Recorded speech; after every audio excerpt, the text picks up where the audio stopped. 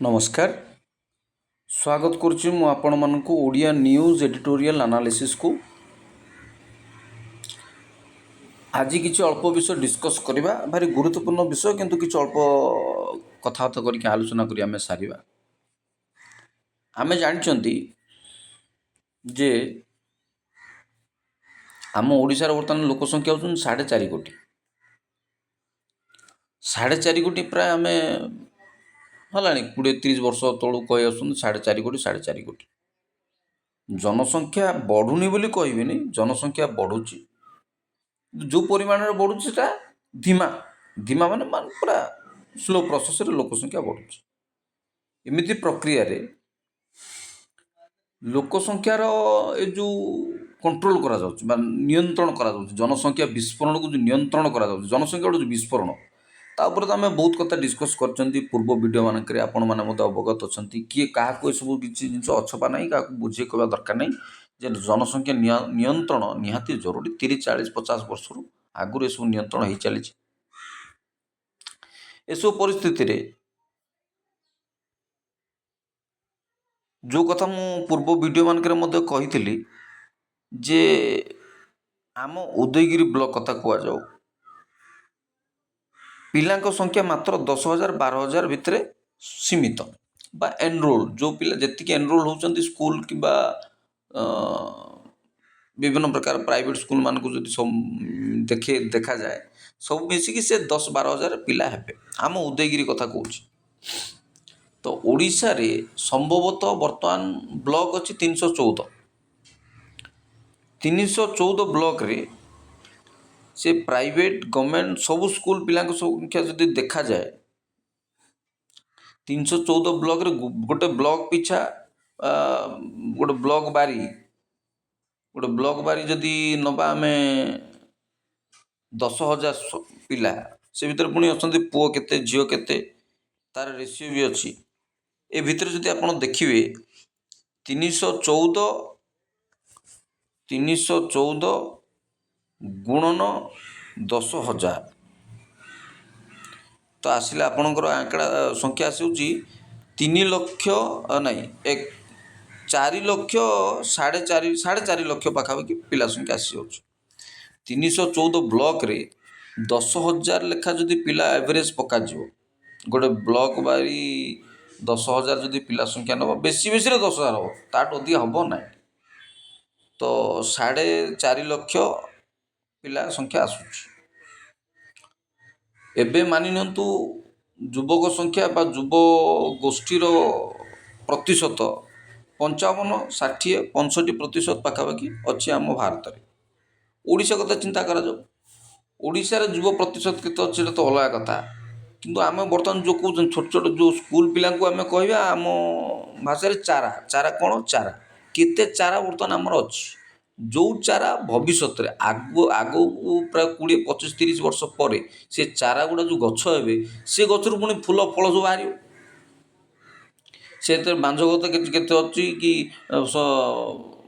कौन जे अलग फलंती गच के अच्छी से कथा चिंता करा जो मानि नियंतु गोटे ब्लॉक पिछा 10,000 जदि पिला संख्या नियाजिवो 314 ब्लॉक रे 314 ब्लॉक इंटू 10,000 पिला जदि नियाजिवो तो प्राय 4.5 लक्ष पिला आमर हेबे। संख्या वर्तमान जनसंख्या ओडिशा अच्छी 4.5 कोटी 4.5 कोटींकर चारा होची 4.5 लक्ष मात्र मानि नियंतु आ 50 एड करदा मानि नियंतु आपण कहबे ना आज्ञा 4.5 लक्ष हबो नै जाहाली भी प्राइवेट स्कूल मानकर भी पिला ने पढुचंती इत्यादि इत्यादि कथा कहबे आपण जति 5 लक्ष पिला हमर अछंती ए हाई स्कूल मानकर एबिका कथा कहूची एई 2 सप्ताह 3 सप्ताह कि मासे तळे मो कहतली न्यूज रे पेपर रे बाहरला पिला संख्या नाही अजथारे काहेकि कॉलेज मन को चलियो बोली कॉलेज सब बंद करिया को सरकार चाहउछन स्कूल कॉलेज तो स्कूल गुड़ा तो कुकाल सब बंद हो गलानी आपण मैंने जानते गुड़ाए ब्लॉक मानक सब जगह स्कूल सब मर्ज होती स्कूल सब बंद होकर मर्ज कर दि जाऊँ इत्यादि कथा आपण मैंने जानते से कथा को मुझे भी ना से गुड़ा आपण मैंने डिटेल जानते रिपीट करवानी से कथा तो जदि 5 लक्ष पिला हेले आ 25 वर्ष बेलू आम संख्या द्विगुणित हम 5 लक्ष 10 लक्ष हम तार अधा सारा ओडिशा रे ପାଞ୍ଚ ଲକ୍ଷ ଯଦି ପିଲା ସଂଖ୍ୟା ଅଛି ବର୍ତ୍ତମାନ ପିଲାମାନେ ଏଇ ଯେଉଁ ଅଙ୍ଗନବାଡ଼ି ଆଶା ଦିଦି କି ଏମାନଙ୍କ ପାଖରେ ବି ଠୋସ୍ ରିପୋର୍ଟଟା ରହିପାରେ। ସେମାନଙ୍କ ରିପୋର୍ଟ ଯଦି ଦେଖାଯିବ ସେ ଶିଶୁ ବିଭାଗ କେତେ ଜନ୍ମ ହେଉଛନ୍ତି କେତେ ମରଣ ହେଉଛନ୍ତି ତାଙ୍କ ପାଖରେ ତ ସବୁ ଡାଟା ଥାଏ। ସେ ତ ସାର୍ଟିଫିକେଟ୍ ଦିଅନ୍ତି, ବାର୍ଥ ସାର୍ଟିଫିକେଟ୍ କି ଡେଥ୍ ସାର୍ଟିଫିକେଟ୍ ଗୁଡ଼ା ସେମାନେ ବି ଦିଅନ୍ତି। ତାଙ୍କର ବି କିଛି କାଗଜପତ୍ର ନେଇକି ପ୍ରୋସେସ୍ କରାହୁଏ ସେସବୁ ଜିନିଷ ଡକୁମେଣ୍ଟ ପ୍ରୋସେସିଂରେ। ତ ତାଙ୍କ ପାଖରୁ ବି ଯଦି ଖବର କାଢ଼ିବା, ତାଙ୍କ ପାଖରୁ ମୁଁ ଯାହା ଅନୁମାନ କରୁଛି 5 ଲକ୍ଷ ପିଲାରୁ ଅଧିକା ହେବେ ନାହିଁ। ଏ 5 ଲକ୍ଷ ପିଲାରୁ 20-25 ବର୍ଷ ପରେ ମାନି ନିଅନ୍ତୁ ମୋ ବୟସ ବର୍ତ୍ତମାନ 30 ବର୍ଷ କି ମୋ ପିଢ଼ିର ଯେଉଁମାନେ ଅଛନ୍ତି 25-30 ବର୍ଷର ଲୋକ, ସେମାନେ ଯେଉଁ ବାହାସାହା ହେବେ ସେମାନେ ଆଉ କେତେ ପ୍ରଡ୍ୟୁସ୍ କରିବେ ସେ ତ ଅଲଗା କଥା। କିନ୍ତୁ ଏଇ ଯେଉଁ ପ୍ରଡକ୍ସନ୍ ବର୍ତ୍ତମାନ ଅଛି 5 ଲକ୍ଷ, ଏ 5 ଲକ୍ଷ ଚାରା ଗଛ ଆଉ 25 ବର୍ଷ ପରେ କେତେ ଦ୍ୱିଗୁଣିତ ହେବେ କି ତା'ର ଅଧା ହେବେ, ସେଇ ଚିନ୍ତା ବର୍ତ୍ତମାନ କରିବାକୁ ପଡ଼ିବ।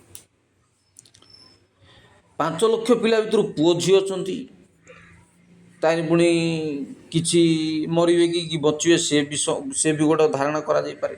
କେତେ ଅଧାରୁ ପାଠ ଛାଡ଼ିବେ କି ପୁରା ପାଠ ପଢ଼ିବେ। ସମସ୍ତେ ତ ଆଉ ବଡ଼ ବଡ଼ ଅଫିସର ହେବେନି, କିଏ କେତେ ପ୍ରକାର କାମରେ ନିୟୋଜିତ ହେବେ ଇତ୍ୟାଦି କଥା।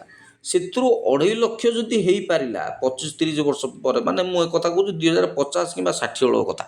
ଆଜି 2025 ହେଇଛି, 2025 ଆଉ 25 କି ଆଉ 30 ପକାଇ ଦିଅନ୍ତୁ, 2055-60 ବେଳକୁ ଆମ ସଂଖ୍ୟାଟା କେତେ ଥିବ, ଜନସଂଖ୍ୟାଟା ଆମ ଓଡ଼ିଶାରେ କେତେ ଥିବ। ଆମେ ଜାଣିଛନ୍ତି ଗୋଟେ ବ୍ଲକରେ କିମ୍ବା ଗୋଟେ ପଞ୍ଚାୟତରେ ଲୋକ ସଂଖ୍ୟା 10,000 କିମ୍ବା ଲକ୍ଷେ ଲୋକ ବୋଲିକିରି ଜାଣିଛୁ। ଏବେ ଯେଉଁ କଥା ପଡ଼ିଥିଲା ମୁଁ କହୁଥିଲି ପୁନଃ ସଂଗଠନ ହେବ, ନିର୍ବାଚନ ମଣ୍ଡଳୀ ସବୁ ପୁନଃ ସଂଗଠନ ହେବ, 7-8ଟା ଆମର MP ସିଟ୍ ବଢ଼ିବ, ସେ ଭିତରେ ଆଉ MLA ସିଟ୍ ଖଣ୍ଡେ ବଢ଼ିବ। 7ଟା ମାନେ 7-28, 30-50 ଖଣ୍ଡେ MLA ସିଟ୍ ବଢ଼ିବ। 8-10ଟା ଖଣ୍ଡେ 4-5ଟା ଲାଗି MLA ସିଟ୍ ବଢ଼ିକି ଆଉ ଗୋଟେ 25-30 ଖଣ୍ଡେ MLA ବଢ଼ିବ। ଏ ଯେଉଁ ଆମର ମାନନ୍ତୁ ବର୍ତ୍ତମାନ ବ୍ରହ୍ମପୁର ନିର୍ବାଚନ ମଣ୍ଡଳୀ କଥା ଚିନ୍ତା କରାଯିବ, ଗଜପତି ଗଞ୍ଜାମ ଏ ଦୁଇଟା ଯଦି ଚିନ୍ତା କରାଯାଏ, ଦୁଇଟା ଡିଷ୍ଟ୍ରିକ୍ଟକୁ ନେଇ ଗୋଟେ ଲୋକସଭା ନିର୍ବାଚନ ମଣ୍ଡଳୀ ମାନେ ମୌଖିକ ଭାବରେ ମୁଁ କହିଦେଉଛି। ତା ଅର୍ଥ ଜନସଂଖ୍ୟା ସାଧାରଣ 10 ଲକ୍ଷ 20 ଲକ୍ଷ ହେଇଥିବେ କି 25 ଲକ୍ଷ ବି ହେଇଥାଇପାରନ୍ତି। ଏ ଜନସଂଖ୍ୟା ଡେନ୍ସିଟିଟା ବେଶୀ ବଢ଼ିଯାଉଛି, ତେଣୁ ତାକୁ ବି ଭାଗ କରାଯାଇକିରି ଆମେ ଡିଷ୍ଟ୍ରିକ୍ଟ ୱାଇଜ୍ ଗୋଟେ MP କରିଦେଇପାରିବା, ଯେଉଁଟାକି ହେବାକୁ ଯାଉଛି ବର୍ତ୍ତମାନ, ଯେଉଁଟାକି ହେବାକୁ ଯାଉଛି କଥା ବୁଝିପାରୁଛନ୍ତି, ଯେଉଁଟା ହେବାକୁ ଯାଉଛି। ଯେଉଁଥିପାଇଁ 22ଟା ବର୍ତ୍ତମାନ 21-22ଟା ଆମର MP ଅଛନ୍ତି, ଆଉ 7-8ଟା ଆଡ଼୍ ହେଇଗଲେ ଆମର ପ୍ରାୟ 29-30ଟା MP ହେଇଯିବେ। କିନ୍ତୁ ତା ମାନେ ଆପଣ ଭାବନ୍ତୁନି ଯେ ଲୋକ ସଂଖ୍ୟାଟା ବହୁତ ମାତ୍ରାରେ ବଢ଼ିଯାଇଛି, ତେଣୁ ଆମେ ଜନସଂଖ୍ୟାକୁ ଆଧାର ରଖିକିରି ଆମେ ଭାଗ ଭାଗ କରିକି ନିର୍ବାଚନ ମଣ୍ଡଳୀ ସବୁ ଭାଗ ଭାଗ କରୁଛୁ। ନାହିଁ, ଜନସଂଖ୍ୟା ସେମିତି କିଛି ମାତ୍ରାରେ ବଢ଼ିନଥିବ ବୋଲି ମୋର ଆଶା। ମୁଁ ଯାହା ଭାବୁଛି ଜନସଂଖ୍ୟା ସେମିତି କିଛି ବଢ଼ିନଥିବ। ଭୋଟର ସଂଖ୍ୟା କିଛି ହୁଏତ କେଉଁ ଗାଁରେ କିଛି ଅଧିକା କମ୍ ହେଇଥାଇପାରେ, ସେ କିଛି ଅଲଗା କଥା। ଜନସଂଖ୍ୟା ସେମିତି କିଛି ବଢ଼ିନି, ଖାଲି ସାନ୍ଦ୍ରତା ବା ଡେନ୍ସିଟିଟାକୁ ଟିକେ କିଛି ପରିମାଣରେ କମେଇବା ପାଇଁ ଆଉ ଥରେ ପୁନଃ ସଂଗଠନ କରିକିରି ବଢ଼େଇବା କଥା ନିର୍ବାଚନ ମଣ୍ଡଳୀ। ଇଏ ତ ଗଲା ଗୋଟେ କଥା। ଆସିବା ବିବ୍ଲିକାଲ ଇଣ୍ଟରପ୍ରିଟେସନକୁ ଟିକେ। ବିବ୍ଲିକାଲ ଇଣ୍ଟରପ୍ରିଟେସନ ଏହା କୁହାଯାଏ, ଯୀଶୁ ଜନ୍ମ ହେଲେ 2000 ବର୍ଷ ତଳେ, ଠିକ୍? ତା ପୂର୍ବରୁ କେତେ ହଜାର ବର୍ଷ ହେଇଥିବ ଆପଣମାନଙ୍କୁ କୁହନ୍ତୁ। 2000 ବର୍ଷ ପୂର୍ବରୁ କେତେ ହଜାର ବର୍ଷ ହେଇଥିବ? 1000 ବର୍ଷ, 2000 ବର୍ଷ। ଏବେ ଯଦି 2000 ହେଲା, ତା ପୂର୍ବରୁ ମୁଁ ବାଇବ୍ଲିକାଲ ଇଣ୍ଟରପ୍ରିଟେସନ କହୁଛି 4000 ବର୍ଷ ହେଇଥିବ। କେତେ ହଜାର ବର୍ଷ ହେଇଥିବ? 4000 ବର୍ଷ। କାହିଁକି ମୁଁ କଥା କହୁଛି 4000 ଆଉ 2000, 6000 ବର୍ଷ ହେବା ଦରକାର। କାରଣ ମୋ ପାଖରେ ଗୋଟେ ବହି ଅଛି, ତା ନାଁ ହେଉଛି ପାଳକ। ସେଠି ଲେଖା ହେଇଛି ଏହା ଯେ ସୋମବାରରୁ ଶନିବାର ବା 6ଟା ଦିନରେ ହିଁ ସୃଷ୍ଟି ଚାଲିଛି। 6ଟା ସୋମବାର, ମଙ୍ଗଳବାର, ବୁଧବାର, ଗୁରୁବାର, ଶୁକ୍ରବାର, ଶନିବାର, ରବିବାର, ବାସ୍। ଏ ସପ୍ତାହ ବା 6 ଦିବସରେ ହିଁ ସଂସାର ଚାଲିଛି। ସେ ଜାନୁଆରୀରୁ ଡିସେମ୍ବର ଆଉ ସେ ଗୀତ ଗୁଡ଼ା ନାହିଁ କି ଏମିତି ଭଳିଆ କଥା। ତ 6ଟା ବାରରେ ସଂସାର ଚାଲିଛି, 6ଟା ବାରରେ ହିଁ ସମୟ ଶେଷ ହେବ।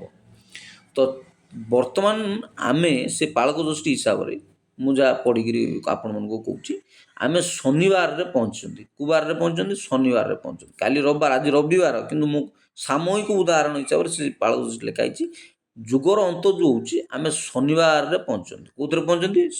ଶେଷ ବାର ବା ଶନିବାର। ସେ ଶନିବାର ଅପରାହ୍ନରେ ଆମେ ପହଞ୍ଚନ୍ତି। କେଉଁଠି ପହଞ୍ଚନ୍ତି? ଶନିବାର ଅପରାହ୍ନରେ ପହଞ୍ଚନ୍ତି। 6 ଦିବସ ସରି ଆସିଲାଣି, ଶନିବାର ଅପରାହ୍ନରେ। ଯୀଶୁ ଜନ୍ମ ହୋଇକି ଯଦି ଏବେ 2000 ବର୍ଷ ହେଲା, 2000 ବର୍ଷ ପରେ ଆଉ କ'ଣ ଆଉ ଲକ୍ଷ କୋଟି ବର୍ଷ ହେବ ଯେ ଆଉ ସଂସାର ଚାଲିଥିବ କେମିତି? ନାହିଁ। ଯାହା ପାଣିପାଗ କିମ୍ବା ଯାହା ଭୌଗୋଳିକ ପରିସ୍ଥିତି କିମ୍ବା ଯାହା ଆମର ପ୍ରଯୁକ୍ତିବିଦ୍ୟା ବା ଟେକ୍ନୋଲୋଜି କି ଆମର ଯାତାୟାତ ବାଣିଜ୍ୟ ପାଠଶାଠ କି ଆମର ହ୍ୟୁମାନ୍ ରେସ୍ର ଯେଉଁ ଗତି ଆଗକୁ ଚାଲିଛି ଏସବୁ ଜିନିଷକୁ ଯଦି ଚିନ୍ତା କରିକି ଦେଖାଯାଏ ଆମେ ଆଉ ବେଶୀ ଦିନ ଆଗକୁ ଚାଲିପାରିବା ନାହିଁ। ବିଭିନ୍ନ ପ୍ରକାର ଭବିଷ୍ୟବାଣୀ ହେଉଛି, ବିଭିନ୍ନ ପ୍ରକାର ଲୋକମାନେ ଏଷ୍ଟ୍ରୋଲୋଜର ହୁଅନ୍ତୁ କି ବିଭିନ୍ନ ପ୍ରକାର ଜାଣିବା ମାନେ ଜ୍ଞାନୀ ଲୋକମାନେ କହୁଛନ୍ତି ଏତିକି ବର୍ଷରେ ସେମିତି ହେବ, ସେଥିରେ ସମୁଦ୍ର ମାଡ଼ି ଆସିବ, ସିଏ ହେଇଯିବ, ଇଏ ହେଇଯିବ, ଏତିକି ଜଳଭାଗ ସ୍ଥଳଭାଗ ଜଳଭାଗକୁ ପଶିଯିବ, ବୁଡ଼ିଯିବ, ଏମିତି ଦୁନିଆ କଥା ଗ୍ଲେସିୟର ତଳେ ଦୁନିଆ କଥା ସବୁ କହୁଛି। ଏଗୁଡ଼ା ବିଷୟରେ ବି ଆମେ କିଛି କିଛି ଯେତିକି ମୋର ଜ୍ଞାନ ଅଛି, ଯେତିକି ମୋର ମାନେ ଇନଫର୍ମେସନ୍ କଲେକ୍ସନ୍ କରିଛି ମୋ ମାଇଣ୍ଡରେ, ସେତିକି ଜିନିଷ ମୁଁ ଆପଣଙ୍କୁ ସେୟାର କରିଛି। ଏବେ ଆଜିର କଥା ହେଉଛି ଏ ଯେଉଁ ଜନସଂଖ୍ୟା ବିସ୍ଫୋରଣ କଥା କହିଲି ତାକୁ ଲିଙ୍କ କରିକି ଏ କଥା କହୁଛି ଯେ 2025 ମନେକର, ଆଜି 2025, 2000 ବର୍ଷ ପଳେଇଲାଣି, 4000 ତା ପୂର୍ବରୁ ପଳେଇଛି, 6000 ସରିଗଲାଣି। 6000 ସରିଗଲେ ସ୍ୱର୍ଗୀୟ କ୍ୟାଲେଣ୍ଡରରେ, ହେଭେନଲି କ୍ୟାଲେଣ୍ଡରରେ ପିତର ପୁସ୍ତକରେ ଲେଖାଯାଏ ଏକ ଦିନ ସହସ୍ର ବର୍ଷ ତୁଲ୍ୟ। ଏକ ଦିନ କେତେ ବର୍ଷ ତୁଲ୍ୟ? ସହସ୍ର ବର୍ଷ। ସହସ୍ର ବର୍ଷ ମାନେ ଶହେସ୍ର ବା 1000 ବର୍ଷ ତୁଲ୍ୟ। 1000 ବର୍ଷ ତୁଲ୍ୟ ହେଲେ ମାନି ନିଅନ୍ତୁ 1000 ଇଣ୍ଟୁ 24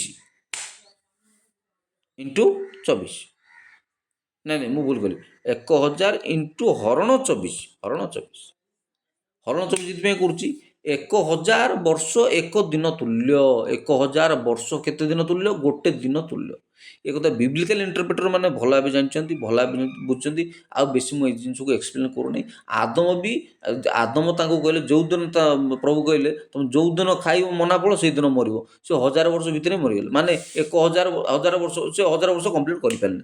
ଆମର ମାନେ ଜାଗତିକ କ୍ୟାଲେଣ୍ଡର 1000 ବର୍ଷ ମାନେ ଆମେ ବହୁତ କିଛି ବୋଲି ଭାବୁ। ଗୋଟେ ଲୋକ 70 ବର୍ଷକୁ ପହଞ୍ଚି ପାରୁନି, 1000 ବର୍ଷ ଛୋଟିଆ କଥା। କିନ୍ତୁ 900 କେତେ ବର୍ଷରେ ସେ ମରିଗଲେ, କିଏ? ଆଦମ। ତ ସେଇଭଳିଆ କଥା ବହୁତ କଥା ଅଛି, ବହୁତ ବିଦ୍ୱାନ ଲୋକମାନେ ଅଛନ୍ତି ବିବ୍ଲିକାଲ, ସେସବୁ ଭିତରକୁ ମୁଁ ଯାଉନି, ବୋଲି ମୌଖିକ ଭାବରେ କହୁଛି 1000 ବର୍ଷ ମାନେ ଗୋଟେ ଦିନ। ଯଦି 1000 ବର୍ଷ ହରଣ 24 ହେଲା, ଗୋଟେ ବର୍ଷକୁ ଗୋଟେ ଘଣ୍ଟାକୁ 41 ବର୍ଷ ପଡ଼ିଲା। ଏଇଟା ହେଭେନଲି କ୍ୟାଲେଣ୍ଡର କେତେ ପଡ଼ିଲା? 41 ଘଣ୍ଟା ପଡ଼ିଲା। ହେଲେ 2000 ବର୍ଷ ବର୍ତ୍ତମାନ ହେଇଛି, ଆଗରୁ 4000 ବର୍ଷ ବିତିଯାଇଛି, 6000 ବର୍ଷ ପୁରିଗଲା, 6ଟା ଦିନ ସରିଲା। ଆମେ ସପ୍ତମ ଦିବସରେ ଯୀଶୁ ପୁନରୁତ୍ଥିତ ହେବେ। ସପ୍ତମ ଦିବସରେ ପ୍ରଭୁ ହେଲା ରିଟର୍ଣ୍ଣ ହେବେ। ଆଉ କ'ଣ, 6 ଦିନ ପଳେଇଲା, ସପ୍ତମ ଦିନ ଆଇଲା। ସପ୍ତମ ଦିନରେ କ'ଣ ହେବ? ସପ୍ତମ ଦିନରେ ଯୀଶୁ ପୁନରାଗମନ କରିବେ। ଏଇ ତ କଥା। ବାସ୍ କଥା ଆସି ଟିକେ ଲୋକଙ୍କୁ ହସ ମଜା ବି ଲାଗୁଥାଇପାରେ, ଏମିତି କ'ଣ ଗୋଟେ କଥା ଅଛି ଯେ ଆଁକଡ଼ା ଦେଖିକିରି ଆମକୁ କହୁଛି ବା କ'ଣ ଚାର୍ଟ ଦେଖିକି କହୁଛି ଇତ୍ୟାଦି କଥା, ସଂଖ୍ୟା ଦେଖିକି ଆମକୁ କହୁଛି, ସେ ଅଲଗା କଥା। ଦ୍ୱିତୀୟ କଥା, ଏ ଯେଉଁ 24 ଘଣ୍ଟାରେ ହରଣ କଲି କି କାହିଁକି ହରଣ କଲି? ଆମେ ଶନିବାରର ଉପନୀତ, ଶନିବାରର ଅପରାହ୍ନର ଉପନୀତ ବୋଲି ପାଳକ ଜ୍ୟେଷ୍ଠ ଲେଖା ହେଇଛି। ଶନିବାରର ଅପରାହ୍ନ ମାନେ ମାନନ୍ତୁ 1:30 2ଟା, 1:30 2ଟାକୁ ଅପରାହ୍ନ କୁହାଉଛି। 3ଟା ପର୍ଯ୍ୟନ୍ତ ମାନନ୍ତୁ, 3ଟା, ମୁଁ 2ଟାକୁ ଧରୁଛି, ମାନନ୍ତୁ ଏକ୍ଜିମ୍ପସନ୍ ଗୋଟେ, ଆମେ 2ଟାରେ ବର୍ତ୍ତମାନ ଉପନୀତ। 2ଟା 2:30 3ଟା 2ଟା ପକାନ୍ତୁ। 2ଟାରେ ଯଦି ହେଲା ମାନେ 4000 ବର୍ଷ ସରିଲା, ଏବେ 2000 ବର୍ଷ ସରିଲା, ବର୍ତ୍ତମାନ 2025 ମାନେ କ'ଣ ଗୋଟେ 25 ମିନିଟ୍ ଖଣ୍ଡେ ଆମେ ପଳେଇଲେଣି। 4000 ଏ 2000 6000 ଘଣ୍ଟା 6 ଦିନ 6000 ବର୍ଷର 25 ମିନିଟ୍ ହେଲା ମାନେ ଗୋଟେ ଘଣ୍ଟାକୁ 41 ବର୍ଷ, ମାନେ ଆମେ 25 ବର୍ଷ ଖଣ୍ଡେ ପାସ୍ କରିସାରିଲୁଣି। ମାନେ କେତେ? ମାନେ ପୁରା ଅଧଘଣ୍ଟା ପଳେଇଲା। ତ ଆମେ ବର୍ତ୍ତମାନ 2ଟାରୁ 2:30 ଖଣ୍ଡେ ଅଛୁ। 2ଟା ଠିକ୍। 2ଟାରେ ହେଲେ ଆଉ ସକାଳ ପାଇବାକୁ କେତେ ସମୟ ଅଛି? ସକାଳ ପାଇବାକୁ କେତେ ସମୟ ଅଛି ନା କ'ଣ? 12ଟା ପରେ, ଶନିବାର ରାତି 12 ପରେ ରବିବାର ହେଇଗଲା। ଟାଇମ୍ ଚେଞ୍ଜ ହେଇଯିବ, 1 PM AM PM AM PM ଯେଉଁ ହେଇଯିବ। ତ 2ଟା 3ଟା 4ଟା 5ଟା 6ଟା 7ଟା 8ଟା ପର୍ଯ୍ୟନ୍ତ ଇଭିନିଂ ଥାଏ। 8ଟା 7:30 ପରେ ରାତି ହେଇଯାଏ, 7:30 ପର୍ଯ୍ୟନ୍ତ ଇଭିନିଂ। 7ଟା 7:30 ପରେ 8 9 10 ମିନିମମ୍ 7ରୁ 8 ଘଣ୍ଟା, 3 4 5 6 7 8 9 10 10ଟା ପର୍ଯ୍ୟନ୍ତ ପକାଇବା। 10ଟା ପରେ କି ଆଉ ଚେଇଁବାଟା ନିୟମ ଦୃଷ୍ଟିରୁ ଠିକ୍ ନାହିଁ, ଶୋଇପଡ଼ିବାକୁ ପଡ଼େ ସବୁ। ତ 8 ଘଣ୍ଟା ଯେଉଁ ରହିଲା, 41 ଇଣ୍ଟୁ 8 କଲେ କେତେ ହେଲା? ଇଣ୍ଟୁ 8 କର, ପ୍ରାୟ 333 ଆସିଲା। କେତେ ଆସିଲା? 333। ଏ 333 ଏଇଟା କ'ଣ ଆସିଲା? ଘଣ୍ଟାକୁ 41 ବର୍ଷ ପଡ଼ିଲା ହେଭେନଲି କ୍ୟାଲେଣ୍ଡରରେ। ତ ଇଣ୍ଟୁ 8 କଲେ 333 ହେଲା। 333 ମାନେ ହାର୍ଡ଼ଲି ଆଉ ଗୋଟେ 333 ମାନ୍ୟ 300 ବର୍ଷ ମାତ୍ର ଅଛି ମୋ ହିସାବରେ। ଏ କଥାକୁ ଅନେକ ପାଗଳାମି କହିପାରନ୍ତି, କି ବାଚାଳାମି କହିପାରନ୍ତି, କିଏ କ'ଣ କହିପାରନ୍ତି। ଚ୍ୟାନେଲ ମୋର, କଥା ମୋର, ମୋର ଭାବନା, ମୋର ଚିନ୍ତା। ମୁଁ ଯିଏ ଶୁଣିବାକୁ ଚାହୁଁଛି, ମୁଁ ଲୋକଙ୍କ ପାଖରେ ମୋ ଭାବନାକୁ, ମୋ ଚିନ୍ତାକୁ ସେୟାର କରିବାକୁ ଚାହୁଁଛି ବୋଲି ମୁଁ କଥାଟା କହିଲି। କାହାକୁ କେମିତି ଲାଗିବ ଆଇ ଡୋଣ୍ଟ ନୋ। କିନ୍ତୁ ଜନସଂଖ୍ୟା ବିସ୍ଫୋରଣ, ପ୍ରାକୃତିକ ବିପର୍ଯ୍ୟୟ, ପାଣିପାଗ, ପୁଣି ବିପୀଡ଼ନ, ରୋଗ ସମସ୍ୟା, ପ୍ରଯୁକ୍ତିବିଦ୍ୟା, ଯାତାୟାତ, ଗମନାଗମନ, ଖାଦ୍ୟାଭାବ, ଆଉ କ'ଣ କହିବି, କି ଚାକିରି ବାକିରି, ଏସବୁ ପାଠଶାଠ, ଏସବୁ ଜିନିଷକୁ ଯିଏ ତର୍ଜମା କରୁଛି, ପ୍ରତିଦିନ ଯେ ନ୍ୟୁଜ୍ ଖବରକାଗଜ ସହିତ ଯୋଡ଼ି ହେଇକି ରହୁଛି, ଇଏ ସବୁ ଜାଣୁଛି କି ସମୁଦ୍ରର ତାପମାତ୍ରା ଏବେ କାଲି ପରଦିନ ଆମେ ପଢ଼ୁଥିଲେ, ଦେଖୁଥିଲେ ଯେ ସୁନାମି ଆସିଯାଇଛି। ରଷିଆ, ଆମେରିକା, କିଛି ଜାପାନ ମାନଙ୍କ ଦେଶମାନଙ୍କର ସୁନାମି ଆସିକିରି ବଡ଼ ପ୍ରାୟ 200 ଥର ଭୂମିକମ୍ପ ହେଇଛି। 200 ଥର ଭୂମିକମ୍ପ ହେଇକିରି ପ୍ରାୟ 8.0 ରିଏକ୍ଟର ସ୍କେଲରେ ସେଇ ତୀବ୍ର ମାତ୍ରାରେ ଭୂମିକମ୍ପ ହେଇଛି। ପୁଣି ସେ ଆମର କେଦାରନାଥ, ଉତ୍ତରାଖଣ୍ଡ ଆଡ଼େ ମାଟି ଅତଡ଼ା ଖସିକିରି ରାସ୍ତା ସବୁ ଅବରୋଧ ହେଇଯାଇଛି। ଏସବୁ ମୁଁ ସେଥିପାଇଁ କହୁଛି ଦୁନିଆକୁ କିଛି ଫରକ ପଡ଼େନି। ଦୁନିଆ ବୋଲେ ଆପଣ ଯେଉଁ କହୁନାହାନ୍ତି, ଦୁନିଆରେ ଭାଇ ଏ ଯେଉଁ ଗୋଟେ ଗୀତ ଅଛି ଅକ୍ଷୟ ମହାନ୍ତିର, ଏ ଦୁନିଆ ମାଟି ହାଣ୍ଡି, ନେତାମାନଙ୍କୁ ଭଣ୍ଡି, ଏମିତି ଗୋଟେ ଗୀତ ଅଛି, ସେଭଳିଆ କଥା। ଲୋକ ତମକୁ କହିବେ, ତମର ମୁଣ୍ଡ, ଜନତା 100 ଲୋକ ଠିଆ ହେଇଛନ୍ତି, ସେମାନଙ୍କ ମୁଣ୍ଡ ନଥାଏ। ସେଟା ମୁଣ୍ଡବିହୀନ ଜନତା, ମୁଣ୍ଡବିହୀନ ଗାଡ଼ି, ମୁଣ୍ଡବିହୀନ ଟ୍ରେନ୍ ବୋଲନ୍ତି। 100 ଜଣ ଠିଆ ହେଇଛନ୍ତି ମାନେ ସେଥିରେ ମୁଣ୍ଡ କିଛି ନଥିବ। ସେଠି ଖାଲି ଭାବନା, ମୁଣ୍ଡ ଥିବ ଖାଲି ଭାବନା କିଛି ନଥିବ। ସେଥିପାଇଁ ମୁଣ୍ଡ ନଥିବ ବୋଲି ମୁଁ କହୁଛି, ଭାବନା କିଛି ନଥିବ। ତେଣୁ ସଂସାରକୁ କିଛି ଫରକ ପଡ଼ୁନି, କିଏ କ'ଣ ହେଲା ନହେଲା, କିଛି କାହାର ଭାବନାରେ ନଥାଏ। ଲୋକ ଖାଲି ପରଚର୍ଚ୍ଚା କରିବାରେ ବେଶୀ ମୁଣ୍ଡ କଟାନ୍ତି। କିନ୍ତୁ ଏସବୁ ଜିନିଷ ଭଲ ମନ୍ଦ, ଏସବୁ ସଂସାର ମୁଣ୍ଡ କିଛି ନଥାଏ ବୋଲି ପରା, ଭାବନା କିଛି ନଥାଏ, ମୁଣ୍ଡ ଗଣତି ଖାଲି। ମୁଣ୍ଡ କିଛି ଅସଲି ମୁଣ୍ଡ ନଥାଏ, ଖାଲି ମୁଣ୍ଡ ଗଣତି ସେମାନଙ୍କର। 333 ବର୍ଷ, ଆଜି ଆସିଗଲା 2025 ବର୍ଷ। ଏ ଭିତରେ ମୁଁ ଯାହା ବାଇବ୍ଲିକାଲ ଇଣ୍ଟରପ୍ରିଟେସନ୍ କଥା କହୁଛି, ଏଇଟା ମୋର ବ୍ୟକ୍ତିଗତ ମତ, ସେଟା ସମସ୍ତଙ୍କୁ ତ ସାମୂହିକ କହିବାଟା ଠିକ୍ ହେବନି। ଯୀଶୁ ବା ପ୍ରଭୁ ବିଭିନ୍ନ ପ୍ରକାର ଉଦାହରଣ ମାଧ୍ୟମ ଦେଇକି ବୁଝାଉଥିଲେ ଲୋକଙ୍କୁ ଯେ କେମିତି ଯୁଗର ଅନ୍ତ ହେବ। ଯୁଗର ଅନ୍ତ କେମିତି ହେବ, ସିମ୍ପଟମ୍ ସବୁ କହୁଥିଲେ। ସିମ୍ପଟମ୍ ଏମିତି ହେବ, ସେମିତି ହେବ। ସେ ଲୁକରେ ବୋଧେ, ମୁଁ ଯାହା ଜାଣୁଛି ଚାରିଟା ଯାକ ସୁସମାଚାର ଅଛି ସେ କଥା, ମାଥ୍ୟୁ, ମାର୍କ, ଲୁକ, ଜନ, ସବୁଥିରେ ଅଛି। ଜନରେ ନାହିଁ, ଲୁକରେ ଯେଉଁ ଅଛି, ସେ ଲୁକରେ 22 ପର୍ବ ନା 23-22 ପର୍ବରେ ସବୁ ଲେଖା ହେଇଛି। ସମୁଦ୍ରର ତର୍ଜନ ଗର୍ଜନ ହେତୁ ଜଗତ ହତବୁଦ୍ଧି ହେବ, ସେଟା ହେଇ ଚାଲିଛି ବା ଘଟି ଚାଲିଛି। ଦ୍ୱିତୀୟରେ, ଶେଷ କାଳରେ ବିଭିନ୍ନ ପ୍ରକାର ବ୍ୟଭିଚାର, ଯେମିତି ନୋହଙ୍କ ସମୟରେ ହେଇଥିଲା। ଲୋକମାନେ ଅଶ୍ଳୀଳ ଜିନିଷ, ଅଶ୍ଳୀଳତାରେ ମାତିବେ, ଗଛରୋପଣ ଚାଲିବ, ବିବାହ ହେବ, ବିକ୍ରି ବଟା ହେବ, ସବୁ ଚାଲିଥିବ। ଘର କରାହେବ, ଘର ଭଙ୍ଗା ହେବ, ପ୍ଲସ୍ ବାହାଘର ଚାଲିବ, ବ୍ରତଘର ଚାଲିବ, ସବୁ ଲେଖା ହେଉଛି, ଲେଖା ହେଇଛି ଭାଇ। ଚାଲିଛି ତ ଚାଲିଥିବ ଆଉ, ସେଟା ସେଥିରେ ଏମିତିରେ ଆଗେ ସବୁ ସଂସାର, ତାମାନେ ମୁଁ ଏବେ ଯେଉଁ 10 ମିନିଟ୍ ତଳେ କହୁଛି, 2 ମିନିଟ୍ ତଳେ, ସଂସାର ଏମିତି ଚାଲିଥିବ ଆଗେ, ଆଉ କିଛି ଫରକ ପଡ଼ୁନି, ସେମିତି ଯୁଗ ଶେଷ ହେବ। ତାପରେ ଲାଷ୍ଟ ଆଡ଼କୁ ବୋଧେ ମୁଁ ଯେଉଁ କଥା ଆଗରୁ ଗୋଟେ ଭିଡ଼ିଓରେ କହୁଥିଲି, ମତ୍ତତା, ମଦ୍ୟପାନ, ଜୀବିକା ସମ୍ବନ୍ଧୀୟ ଚିନ୍ତା କଥା କହିଥିଲି। ସେଟା ସେ ଲୁକର ସେ 22 ନା 23 ପର୍ବ ସବୁ ଅଛି। ଆଜିର ଯେଉଁ କଥା ମୁଁ କହୁଛି ଯେ ଜନସଂଖ୍ୟା ବିସ୍ଫୋରଣ, ତାକୁ ନେଇକି ମୁଁ ଓଡ଼ିଶାର ଆକଳନ କଲି। 314 ବ୍ଲକ, 314 ବ୍ଲକରେ ଲୋକ ସଂଖ୍ୟା କେତେ ଆମର ଅଛୁ ସେ କଥା ମୁଁ ଜାଣିନି। ଆମେ ସାରା ଓଡ଼ିଶାରେ ଆମେ ଜାଣିଛୁ 4.5 କୋଟି ଲୋକ ଅଛନ୍ତି ବୋଲି। 30-40 ବର୍ଷ ହେଲା ମୁଁ ପିଲାବେଳୁ ଶୁଣିକି ଆସି 4.5 କୋଟି ଲୋକ ଅଛୁ। ମୁଁ ହେଉଛି, ମୋତେ ତ 30 ବର୍ଷ ହେଲାଣି, ମୁଁ ତ ଦ୍ୱିତୀୟ ତୃତୀୟ ଶ୍ରେଣୀରୁ ଶୁଣିକି 4.5 କୋଟି 4.5 କୋଟି, 25-30 ବର୍ଷ କିଛି ବଢ଼ିନି, ପିଲାଳିଆ ମୁଣ୍ଡ ତ ପୁଣି ଆହୁରି 5 କୋଟି ତ ହେଇଯିବା କଥା, 4.5 କୋଟି କାହିଁକି?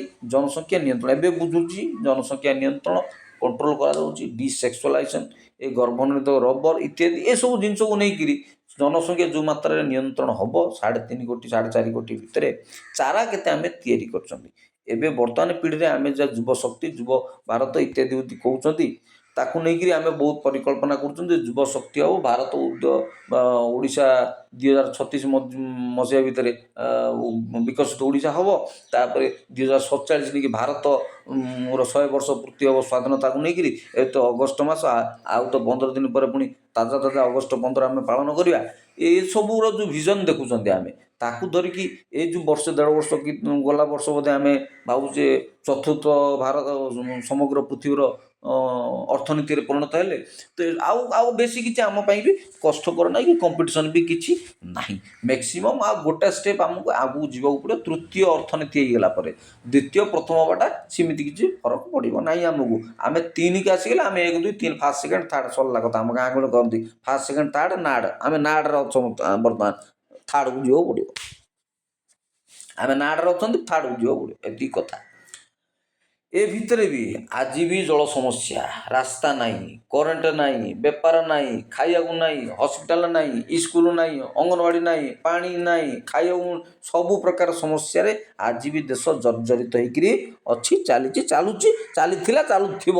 ଏ ସମସ୍ୟା କେବେ ସମାଧାନ ହେବ ସେଟା ସେ ଦୈବକୁ ଜଣା। ତେଣୁ ମୁଁ ସବୁବେଳେ କହେ ଏ ଦେଶକୁ ଦୈବ ସାହାରେ ବାପା, ସରିଲା। କେଉଁ କଥା କହୁଥିଲି? ଜନସଂଖ୍ୟା ବିସ୍ଫୋରଣ। ଆସନ୍ତୁ 333 ବର୍ଷର କଥାକୁ ନେଇକରି। ଜନସଂଖ୍ୟା ବିସ୍ଫୋରଣରେ ମାନି ନିଅନ୍ତୁ 20 25 30 ବର୍ଷ 40 ବର୍ଷ ପରେ କି 100 ବର୍ଷ ବେଳକୁ 2025 ଆଜି 100 ମିଶି ଦିଅନ୍ତୁ, 2125 ବେଳକୁ ଜନସଂଖ୍ୟାଟା ଆମ ଓଡ଼ିଶାରେ କେତେ ଥିବ? ମୁଁ ଭାରତ କଥା କହୁନି, ସେ ଆંકଡ଼ା ମୋତେ ଜଣା ନାହିଁ। ମୁଁ ଓଡ଼ିଶା କଥା କହୁଛି। ଯେହେତୁ ଓଡ଼ିଶାରେ 314 ବ୍ଲକ। ଜଣେ ସାର୍ ମୋତେ କହୁଥିଲେ ଗୋଟେ ଆମ ବ୍ଲକରେ ଏନରୋଲ୍ ଯେତିକି ଅଛନ୍ତି ସ୍କୁଲ ସଂଖ୍ୟା ପ୍ରାୟ 10-12 ହଜାର ପିଲା। ସେତେବେଳେ ଝିଅ ପୁଅ କେତେ ଅଛନ୍ତି ସେ ସଂଖ୍ୟାକୁ ଭିତରକୁ ମୁଁ ଯାଉନି। ଝିଅ କେତେ ପୁଅ କେତେ ସେକ୍ସ ରେସିଓ କଥାକୁ ମୁଁ ଯାଉନି। ତ ଏ ପରିସ୍ଥିତିରେ 10,000 ଯଦି ବି ପିଲା ସଂଖ୍ୟା ଧରାଯାଏ, 10,314 ବ୍ଲକରେ ହିସାବ କଲେ 4.5 ଲକ୍ଷ ପିଲା। ଆଉ 25-30 ବର୍ଷ ପରେ ଆମେ କେତେ ଚାର ରୋପଣ 4.5 କୋଟିରୁ ବର୍ତ୍ତମାନ ପିଲା ସଂଖ୍ୟା 4.5 ଲକ୍ଷ ହେଲା ବସିଲା। 4.5 ଲକ୍ଷରୁ ତାର ଅଧା ହେବ କି ବହୁ ଗଣିତ ତ ହେବାର ନାହିଁ, ଏଇଟା ତ ଆମେ ବୁଝିଗଲେ। 4.5 କୋଟିରୁ ଯଦି ଆମେ 1 କୋଟିରେ ପହଞ୍ଚି ପାରିନାହାନ୍ତି, ଆମେ 50 ଲକ୍ଷରେ ପହଞ୍ଚି ପାରୁନାହାନ୍ତି, କି ଆମେ 25 ଲକ୍ଷରେ ପହଞ୍ଚି ପାରୁନାହାନ୍ତି, ଆମେ 5.5 ଲକ୍ଷରେ ମଧ୍ୟ ପହଞ୍ଚିବାଟା 5 ଲକ୍ଷ ହେଇପାରନ୍ତି ବୋଲି ଯାହା ଅନୁମାନ କରାଯାଇପାରେ, ଗେସ୍ କରାଯାଇପାରେ, ଗୋଟେ ଏକ୍ସପେକ୍ଟେସନ୍ କରାଯାଇପାରେ 5 ଲକ୍ଷ ହେବ ବୋଲି। ଏ 5 ଲକ୍ଷ ପିଲାଙ୍କୁ ନେଇକି ଆଉ 25-30 ବର୍ଷରେ ଆଉ କ'ଣ ପରିକଳ୍ପନା କରିବା? ଏ ଆସନ୍ତୁ ବର୍ତ୍ତମାନ ଏ ବିବ୍ଲିକାଲ ଇଣ୍ଟରପ୍ରିଟେସନର କଥା। 333 ବର୍ଷ ବର୍ତ୍ତମାନ ଆଉ ବେଶୀ ହେଲେ ଆମେ ରହିବା ଦୁନିଆ ବୋଲିକିରି ଭାବେ। ଏକଥା ବୁଝିଗଲ ନା? କେମିତି ଏକଥା ତ ଗଲା। ଜନସଂଖ୍ୟା ତା'ମାନେ କେମିତି ସୀମିତ ହେଇଯିବ, କେତେ ମାତ୍ରାରେ ନିୟନ୍ତ୍ରଣ ହେଇଯିବ। ଲକ୍ଷେ ଲୋକ ଯଦି ବି ରହିବେ 2100-200 ବର୍ଷ ବେଳକୁ, ମୋ ମୁଣ୍ଡ କାମ କରୁନି କ'ଣଟା ହେବ। ମୁଁ ଆંકଡ଼ା ମୋ କଥା କହିବାକୁ ପଡ଼ିବ। ମୁଁ ଠିକ୍ କହୁଛି ଭୁଲ କହୁଛି, ମୁଁ କହିଲା ପରେ ଲୋକ ଶୁଣିଲା ପରେ ତ ତାଙ୍କ ଓପିନିଅନ୍ ଦେଲା ପରେ ତ ମୁଁ ଜାଣିବି କଥା ବୁଝୁ। ମୁଁ ଠିକ୍ କହୁଛି କି ଭୁଲ କହୁଛି, ପିଲା ଠିକ୍ କହୁଛି ବୋଲି ତୁ କହିଲା ପରେ ତ ମାଷ୍ଟର ତାକୁ କରେକ୍ସନ୍ କରିବ। ତେଣୁ ମୁଁ କହୁଛି ପ୍ରଥମେ ଆଗ, ତାପରେ କ'ଣ ହେବ ଜଣାଯିବ। ଭୁଲ ହେଉଛି ଠିକ୍ ଜଣାପଡ଼ିବ। ଆଉ କ'ଣ ମୁଁ ଆଗ କହି ତ ସାର୍। ଦ୍ୱିତୀୟରେ 333 ବର୍ଷ, 1000 ବର୍ଷକୁ ଯଦି ଗୋଟେ ଦିନ ହେଲା, 1000କୁ 24ର ହରଣ କଲି, ଆସିଲା 41.33 ସେ 41.66କୁ × 8 କଲି। × 8 ମାନେ ଶନିବାର ଅପରାହ୍ନରେ ଆମେ ଉପନୀତ ହେଇସାରିଲେଣି। ଶନିବାର ଅପରାହ୍ନରୁ ରାତି 10 ଭିତରେ ପ୍ରାୟ 8 ଘଣ୍ଟା, ବେଶୀ ବି ମ୍ୟାକ୍ସିମମ୍ ଟାଇମ୍ ନେଇଛି 8 ଘଣ୍ଟା। 8 ଘଣ୍ଟାରୁ ଅଧିକ ହେବ ନାହିଁ, 7 ଘଣ୍ଟା ଭିତରେ ନେବା କଥା, 8 ଘଣ୍ଟା ନେଇଛି। 8 ଘଣ୍ଟାକୁ ଗୁଣନ କଲେ 333। ହାର୍ଡ଼ଲି ଦୁନିଆ ବେଶୀ ହେଲେ 300-400 ବର୍ଷରୁ ବେଶୀ ଚାଲିବ ନାହିଁ, ମୁଁ ଯାହା ଅନୁମାନ କରୁଛି। 400 ନାହିଁ, 300 ହେଲେ ବେଶୀ। ସେ ସଂଖ୍ୟାଟା ସଲିଡ୍ ଆସିଲା 333 ବର୍ଷ। 300 ବର୍ଷ ହେଲେ ଚିନ୍ତା କରନ୍ତୁ। ଏ ଭିତରେ ମୁଁ ତ କେଉଁଠି ଗୋଟେ କହୁଥିଲି ସମୁଦ୍ର ଶୁଖିଯିବ ବୋଲିକିରି। ଆଇଜା 19 ଗୋଟେ ଚାପ୍ଟର ଅଛି ଆମର, ଯାହାକୁ ବିବ୍ଲିକାଲ ଇଣ୍ଟରପ୍ରିଟେସନ୍ ମାନେ ବିଭିନ୍ନ ଭାବରେ ଇଣ୍ଟରପ୍ରିଟେସନ୍ କରନ୍ତି।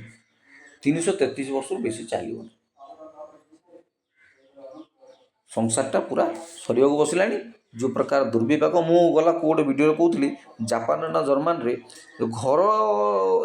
ଘର ସବୁ ଖାଲି ପଡ଼ୁଛି, ଲୋକ ରହିବାକୁ ଲୋକ ନାହାନ୍ତି। ଆମେ ବି ଏଡ଼େ ଏଡ଼େ ଘର, ଏଡ଼େ ଏଡ଼େ ଦ୍ୱାର କରୁଛନ୍ତି, ଏଡ଼େ ଏଡ଼େ ସ୍କୁଲ କଲେଜ ସବୁ ବନ୍ଦ ହେଇସାରିଲାଣି, କଲେଜ ଫଲେଜ ସବୁ ବନ୍ଦ ହେଇସାରିଲାଣି, ଲୋକ ସଂଖ୍ୟା ବି ଆଉ କିଛି ନାହିଁ। ମରୁଡ଼ି ହେବ, ଜନସଂଖ୍ୟା ବି ରହିବନି। ସେ ଯେଉଁ କ'ଣ ଗୋଟେ ମରୁଡ଼ି ହେଇନଥିଲା ଆମର, କ'ଣ ତ କଟକ କ'ଣ ସେଟା କି ମରୁଡ଼ି ଗୋଟେ କହିଥିଲେ ଓଡ଼ିଶାରେ, କି ମରୁଡ଼ି ଗୋଟେ ହେଇଥିଲା ମନେ ପଡ଼ୁନି।